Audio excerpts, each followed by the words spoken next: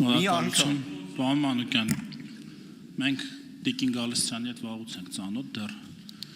դեմ ենք օտարալեզու դպրոցների, ասում ենք Տիկին Գալստյանի հետ դեռ վաղուց ենք ծանոթ, դեռ դեմ ենք օտարալեզու դպրոցների վերաբացման շարժումից, որտեղ պայքարի նույն կողմում էինք, այնպես որ իր մասին շատ հարցեր չունեմ տալու, իրեն բավականին լավ ճանաչում եմ, բայց այս հարցում դաշնակցության մասին, քանի որ դաշնակցությունն է իրեն հիմա ներկայացնում, երեկվա իմ ելույթը Սփյուռքի վերաբերյալ ալեկոծել է հայ դատի գրասենյակի հույդար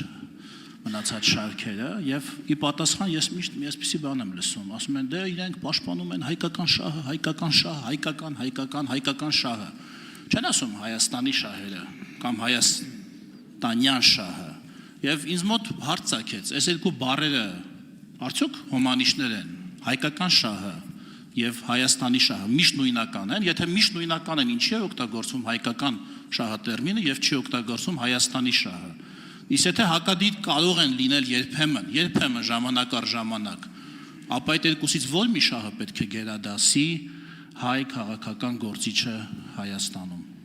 Մանուկյան, եթե ուզում եք կարող եք չպատասխանել հարցին, որտեղ օրակարգի հետ բացարձակապես կապ չունի եւ որտեղում եմ կապ ունեցող հարցեր տալ։ Լավ առիթ ա տվել,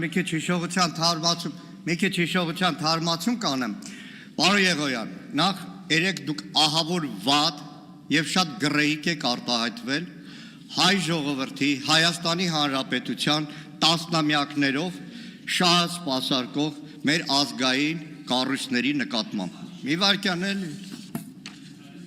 Այստեղ դուք կարտահայտվեցիք Եվրոպայի հայդատի գրասենյակի մասին, Գասպար Կարապետյանի մասին։ Գիտեք, սենց ասեմ, կարծում եմ ամեն նորմալ դաստիարակություն ստացած մարդ միշտ պետքա նախ մեծին հարգի, նախ հարգի այն մարդուն, որի հետ ճանապարհ է անցել, հարգի այն մարդուն, որը փոքր-ինչ գիտելիք է տվել, օրինակ Եվրոպարլամենտի տարբեր падգամավորների դռները ոնց են բացում, ծանոթացնում, տպավորություն էր, որ դուք ընդհանրապես այդ ամեն ինչի հետ կապ չունեք, բայց դե մարդիկ կան, հիշում են, հիմա Գասպար Կարապետյանը մեծահոգի է, ամբողջ կյանքը հայրենիքին նվիրած մարդ է, մեծահոգի կգտնվի 1000 անգամ այդպիսի բան տեսել է, բայց մի հատ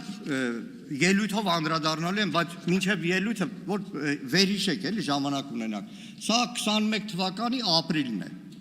հեռավար կոնֆերանս, կազմակերպությամբ Եվրոպայի հայդատի գրասենյակի եւ Կիպրոսից Եվրոպարլամենտի падգամավորի նվիրված էր Բաքվի բանտերում գտնվող հայ ռազմագերիների վիճակին։ Իդեպ որքան տեսնում եմ այս կոնֆերանսի մեջ մեկ էլ շատ ծանոթ դեմք է հայտնվում։ Արման Եղոյան։ Հիշեցիք։ Մի քիչ ուրիշ բաներ էլ կհիշացնեմ, բայց այդ արդեն առանձին ելույթի համար ժամանակ որ բանան եմ։ Ինչ վերաբերում է հայության եւ Հայաստանի շահերի բախմանը։ Չի կարող մի ժողովուրդ, աշխարհասփյուռ ժողովուրդ, որը իր համար հակառակ ապրում է Միացյալ Նահանգներում, ապրում է Լիբանանում, ապրում է Սիրիայում, իր համար հայրենիքը մնա Հայաստանը եւ այդ ժողովրդի տարբեր հատվածների շահերը բախվեն Հայաստանի Հանրապետության շահերի հետ։ Գիտեք, երևի սփյուռքահայերը քիչ եք շփվել, իսկ ես երջանկություն եմ ունեցել 18-19 տարեկանից ապրել այդ մթնոլորտում, լինել Սփյուռքի շատ գաղթօջախներում, ուղղակի դուք չեք ճանաչում։ Այդ մարդիկ ծնվում են, ծնվելուց հետո օրորոցայինով հայրենիքի հետ են կապվում։ Իդեպ ասեմ, տարբեր մեր ուղեկից կազմակերպություններով միայն այս տարվա ընթացքում շուրջ 3000 երիտասարդ եկել է հայրենիք։